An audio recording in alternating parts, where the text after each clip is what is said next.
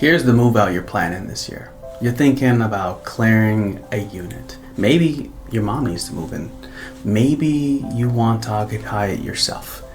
You're looking at the tenants whose move month to month are coming up on that renewal, and you're thinking, owner moving is a solid legal grounds.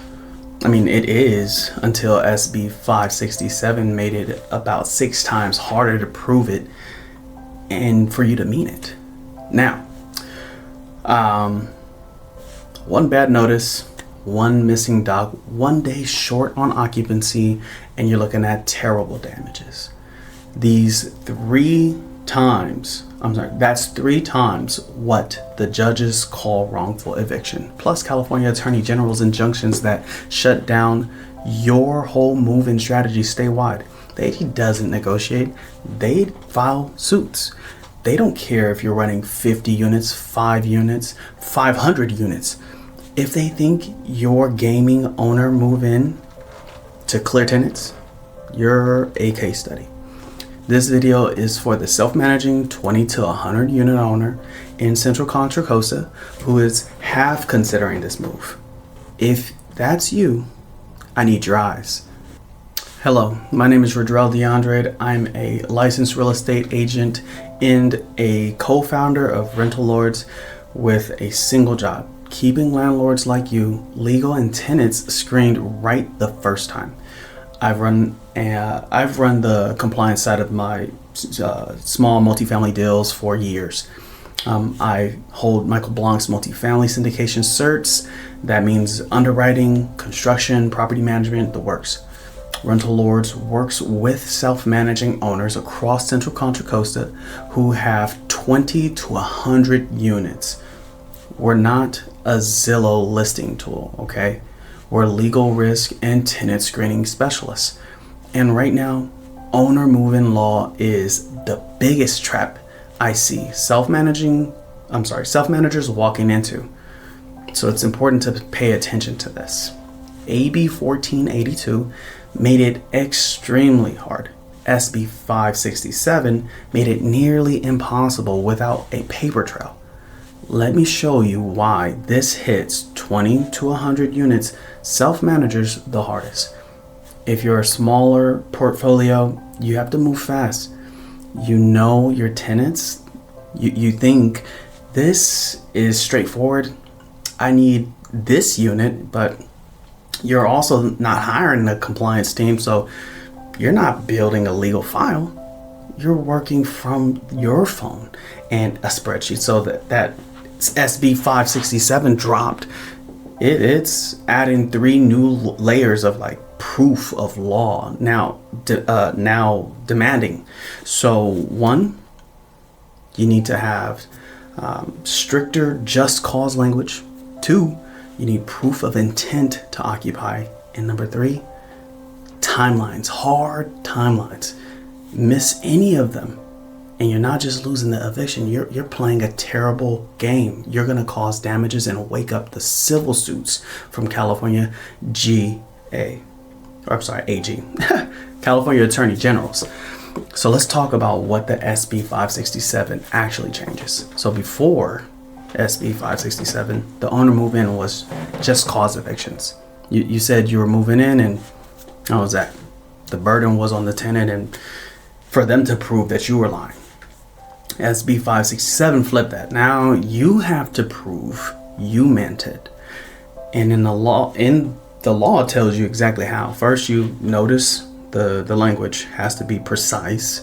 The lease itself, your renewal or the original lease, has to spell out owner move-in as a grounds for eviction with exact statutory language. Not paraphrase, not hypotheticals, not the versions, not the status word, clear language. Second, you have to actually move in within the 90 days of the tenants moving out. That's the 90 calendar days, not working days, not like around that time, 90 days. Miss that window and you're liable.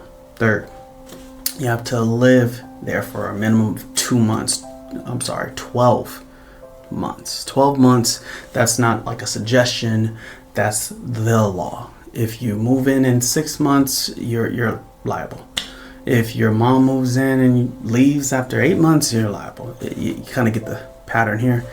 The tenant can sue for damages. The AG can sue for civil violations, and both things can happen at once. Whew, crazy. Now, let's do the math on damages. Let's say, right, you have a unit that is renewing in 12 to 8 months. I'm sorry, $12 to $800 a month.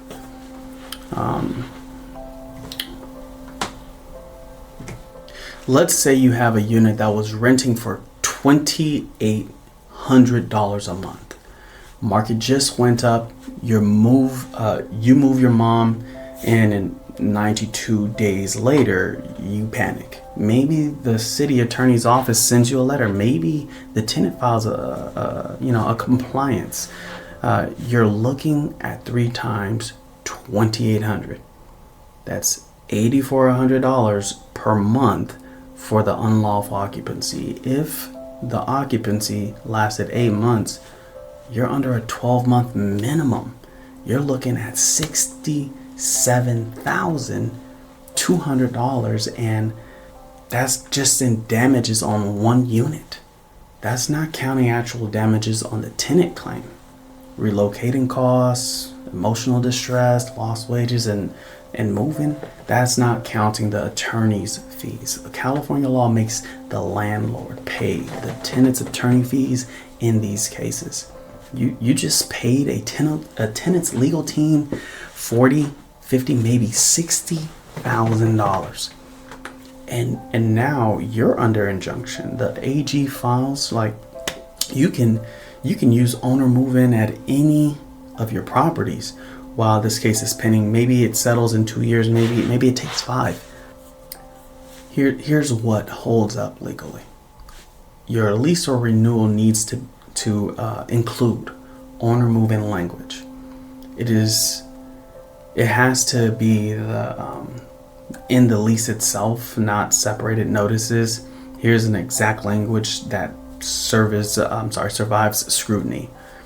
Owner or owner's family member move in. Landlord has the right to recover possession of the property if the landlord or landlord's spouse, domestic partner, or partner, grandparent, child, like grandchild, intends to, in good faith, occupy the property for at least 12 consecutive months.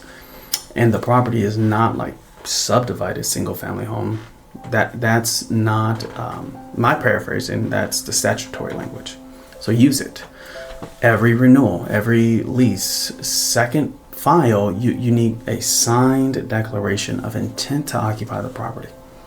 The day you serve notice, you will find the declaration under penalty of perjury with specific facts. What's the family member's name? Where are they moving to or from? When will they move in? What's their current situation for living? But they're going to build that file thicker and thicker, and then the lease itself, they'll keep the declaration and keep move-in dates, photography and addresses when the family member moves in. If the unit is 1 bedroom and your mom moves in with your home with her friend or partner, that's a problem. If she moves in and then moves out after 6 months because of her job transfer, that's a problem. Every piece of evidence that you meant and that you stuck with has to be documented. So we have the treble damages rule. Also includes something most owners miss. If the occupancy fails, you don't move in within 90 days, or you move out before the 12 months, you have to offer that same unit back to the former tenant at the same rent they were paying before they moved out. You cannot clear them and raise the market rent. You can't clear them and re-rent at a higher rate. You have to follow the rules. They get first right of return at the old number So if you move that $2,800 tenant out and now you want to list it at $3,200, you owe them the choice to move back at the $2,800 amount. If they take the offer and you actually have to honor it, you now locked yourself out of market rent for another lease term.